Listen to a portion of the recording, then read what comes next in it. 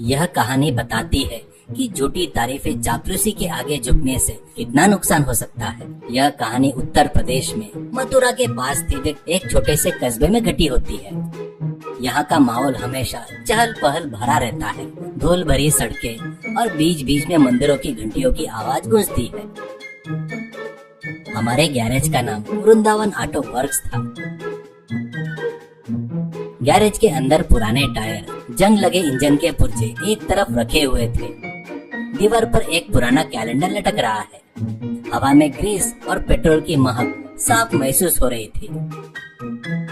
हमारे हीरो राधेश्याम एक पुरानी मारुति 800 के नीचे लेटकर उसे रिपेयर कर रहे थे। उसका असिस्टेंट मुरारी पास ही में एक स्टूल पर बैठकर मूंगफली खा रहा था और काम करने का नाटक कर रहा था।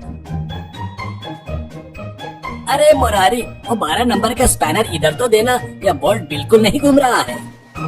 ओहो राधे भैया, उस बोल्ट को बस आपके हाथ का स्पर्श मिल जाए तो वो अपने आप ही खुल जाएगा। आप इतने महान इतिहास वाले मैकेनिक हैं, क्या ये छोटा बोल्ट आपका सामना कर सकता है? साक्षात भगवान विश्वकर्मा भी नीचे आकर काम देख ले तो शायद उन्हें भी आपसे जलन होने लगे। राधेश्याम कार से नीचे बाहर आता है। उसका चेहरा ग्रीस से सना हुआ, फिर भी मुरारी की बातें सुनकर उसके चेहरे पर 1000 वाट के बल्ब जैसी चमक आ जाती है। वह अपनी शर्ट से ग्रीस पोंछता है और गर्व से अपनी ठुड्डी सहलाता है। क्या सच में ऐसा है मुरारी? मतलब मेरे अंदर इतना टैलेंट है? होना क्या है भैया, टैलेंट तो कूट कूट कर भरा है। आप ये मारुति 800 और ऑटो को क्यों रिपेयर कर रहे हो? आप तो असल में नासा में रहकर रॉकेट को रिपेयर करना चाहिए। लेकिन ये हमारे देश की किस्मत है कि आप मथुरा में पैदा हो गए। सच कह रहे हो यार, मेरी बुद्धि इस शहर के लिए काफी नहीं है, लेकिन क्या करे, इन गरीब लोगों के प्रति मेरा प्यार मुझे यहीं रोक कर रखा है। यही तो आपकी महानता है भैया, आपकी दरियादिली, आपका हुनर। उफ, एक शब्द में कहो तो आप इस जमाने के टेक्नोलॉजी राजा है। जब मुरारी इस तरह की तारीफ कर रहा होता है, राधेश्याम काम छोड़ देता है और आंखें बंद करके उन तारीफों का मजा लेने लगता है। मुरारी अपना काम टालकर मजे से पैरों पर पैर रखकर बैठ जाता है। तभी गैरेज के सामने एक लैम्बोर्गिनी कार आकर रुकती है। उस कार के इंजन की आवाज सुनते ही राधेश्याम और मुरारी दोनों चौंक कर सड़क की ओर देखते हैं। कार का शीशा धीरे धीरे नीचे आता है। उसमें से एक खूबसूरत युवती वैशाली बैठी हुई थी। वो अपना चश्मा उतार कर राधेश्याम की तरफ देखती है। एक्सक्यूज मी, क्या ये गोवर्धन रोड जाने का रास्ता है? राधेश्याम उसकी खूबसूरती देखकर उसका मुंह खुला के खुला रह जाता है। उसके हाथ से स्पैनर नीचे गिर जाता है। वह मंत्र मुग्ध होकर उसे देखते रहता है। तब मुरारी उसको एक चिकोटी लेता है। अरे हाँ मैडम, सीधे जाकर बाई तरफ मुड़ जाइए, वही गोवर्धन रोड है। वैशाली मुस्कुराती है, धन्यवाद कहती है और कार स्टार्ट करके चली जाती है। कार चले जाने के बाद राधेश्याम उसकी तरफ देखते रहता है। अरे मुरारी, देखा क्या तुमने? देव कन्या अप्सरा तो बिल्कुल वैसे ही होनी चाहिए ना? अरे भैया, आप ऐसे ढेले क्यों पड़ गए? इसकी खूबसूरती एक तरफ, वो कार दूसरी तरफ। वो लैम्बोर्गिनी है, उसकी कीमत करोड़ों में होगी और आप यहाँ फटे कपड़े और ग्रीस लगे चेहरे के साथ खड़े हैं। पता नहीं उसने आपको एक इंसान की तरह देखा भी या नहीं। राधेश्याम का चेहरा उतर जाता है। हाँ यार, मेरी हैसियत कहाँ है उसकी हैसियत के सामने? यही तो आपने गलती कर दी भैया। आपके पास ऐसा क्या है कि वो आपको पसंद करेगी? आजकल पैसा और महंगी कारें हो तभी प्यार परवाना चढ़ता है। वो लैम्बोर्गिनी में घूम रही है, इसलिए आपको भी लैम्बोर्गिनी में ही उसके सामने जाना चाहिए, तभी वो आपसे प्यार करेगी। अरे मूर्ख, अगर मेरे पास लैम्बोर्गिनी खरीदने के पैसे होते तो मैं यहाँ क्यों रहता? मेरे पास तो बस वो कोने में पड़ी पुरानी मारुति कार 800 है। मुरारी फिर से अपना जाल फेंकता है। क्या भैया, आप अपना टैलेंट भूल गए? आप चाहे तो मिट्टी को सोना बना सकते हैं। इस मारुति 800 को लैम्बोर्गिनी में बदलना आपके लिए कौन सी बड़ी बात है? वेल्डिंग मशीन उठाइए, फाइबर शीट ले आइए, 1 हफ्ते में आप लैम्बोर्गिनी के मालिक बन जाएंगे।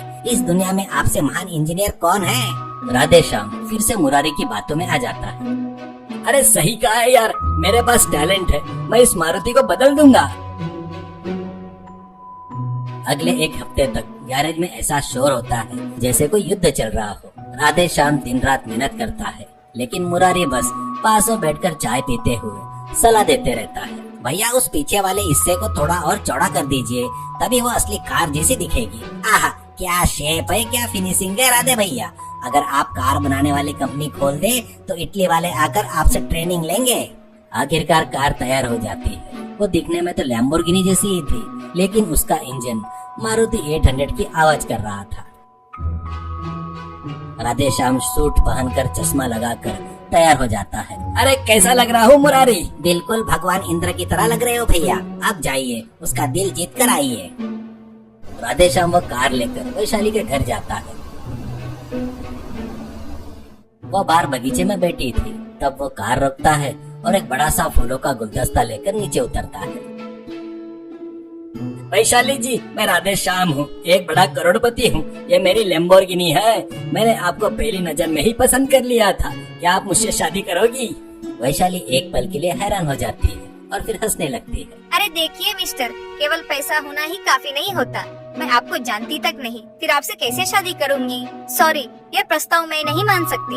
राधेश्याम निराश होकर वापस गैरेज जाता है।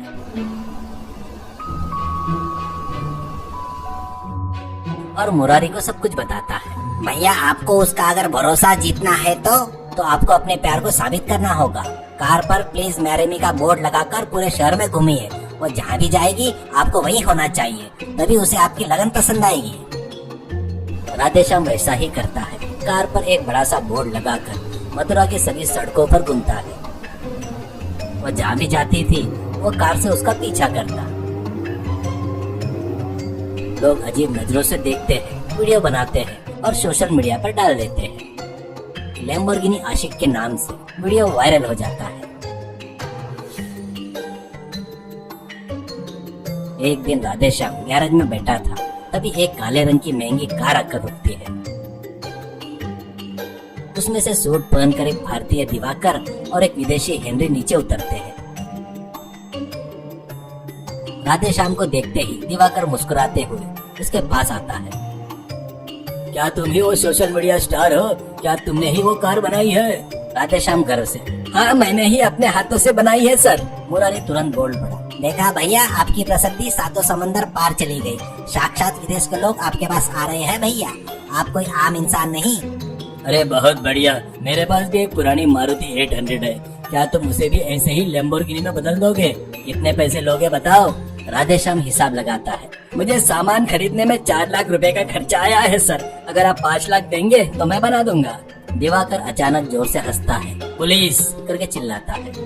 तुरंत पुलिस जीप वहाँ आ जाती है। राधेश्याम डर जाता है। अरे क्या हुआ सर, मैंने क्या गलती कर दी? दिवाकर गुस्से में, मैं लैम्बोर्गिनी कार का डीलर हूँ। ये जर्मनी से आए लैम्बोर्गिनी कंपनी के प्रतिनिधि है। तुम हमारी कंपनी की डिजाइन को कॉपी करके दूसरी कंपनी के कार को हमारे ब्रांड के नाम से चलाकर हमारा नाम खराब कर रहे हो। हम तुम पर कॉपीराइट का केस दर्ज कर रहे हैं, तुम्हें गिरफ्तार करवा रहे हैं। मुरारी ये देखते ही चुपचाप वहाँ से खिसकने की कोशिश करता है। अरे मुरारी, तुम नहीं तो मुझे ये सब करने को कहा था, कुछ तो बोलो। मुरारी पीछे मुड़कर, अरे मुझे क्या पता सर, मैंने तो मना किया था, लेकिन इन्होंने मेरी एक ना सुनी। ये पागलों जैसी हरकत करते हैं। मेरा इस काम से कोई लेना देना नहीं है सर, मुझे छोड़ दीजिए। और वो वहाँ से भाग गया। पुलिस राधेश्याम को ले जाती है। राधेश्याम पुलिस स्टेशन की जेल में बैठकर दुखी हो रहा था। तभी वहाँ पर वैशाली आती है। वो अपने वकील से बात करके उसे बेल दिलवाती है। राधेश्याम हैरान हो जाता है। अरे वैशाली जी, आपने मुझे क्यों बचाया? वैशाली शांति से बैठती है और इस प्रकार कहती है। राधेश्याम, उस दिन तुम्हें करोड़पति बनकर आए थे, इसलिए मैंने तुम्हें पसंद नहीं किया। लेकिन जब मैंने तुम्हारे कार के बारे में पूछताछ की तो पता चला कि वो मैकेनिक की मेहनत से किया गया एक चमत्कार था। तुम्हारे अंदर कमाल का टैलेंट है, लेकिन तुमने उस टैलेंट का इस्तेमाल गलत रास्ते पर दूसरों को इम्प्रेस करने के लिए किया है। वो गलत था। मुझे माफ कर दीजिए, मैंने मुरारी की बातों पर विश्वास करके ऐसा किया था। तारीफ करने वाले चापलूस हमेशा अपने स्वार्थ के लिए ही सोचते हैं। तुम अपने काम पर विश्वास करने के बजाय झूठी तारीफों पर भरोसा किया, इसलिए तुम्हारी यह हालत हुई है। तुम्हारा केस मैं देख लूंगी। मैं लैम्बोर्गिनी कंपनी वालों से बात करूंगी और सिफारिश करूंगी कि वो तुम्हारे टैलेंट का इस्तेमाल अपनी कंपनी में एक डिजाइनर के तौर पर करें। लेकिन आगे ऐसे पागलों वाली हरकतें मत करना। राधेश्याम की आंखें नम हो जाती है। पैसे के लिए नहीं, तुम्हारे प्यार के लिए मैंने ये सब किया था। अब मुझे समझ में आ गया है कि बेईमानी से पाया प्यार और मेहनत कभी नहीं टिकता। वैशाली मुस्कुराते हुए, ठीक है, पहले जाकर अपना ग्रीस लगा चेहरा धोकर आओ। हम एक अच्छी सी मैकेनिक की दुकान खोलेंगे, वहाँ डुप्लीकेट नहीं बल्कि ओरिजिनल आविष्कार करेंगे, तब मैं तुमसे शादी करूँगी। राधेश्याम खुशी से उछल पड़ा। उसे अपनी गलती का एहसास हो जाता है। उसके बाद वह कभी किसी की झूठी तारीफों के झांसे में नहीं आया। उसने केवल अपनी मेहनत और वैशाली के प्यार पर ही भरोसा किया। सीख, ऐसे लोग होते हैं जो भेड़ की तारीफ करके उसका गला काट देते हैं। झूठी तारीफों पर फूल जाने का मतलब है कि हम अपनी बर्बादी खुद मोल ले रहे हैं।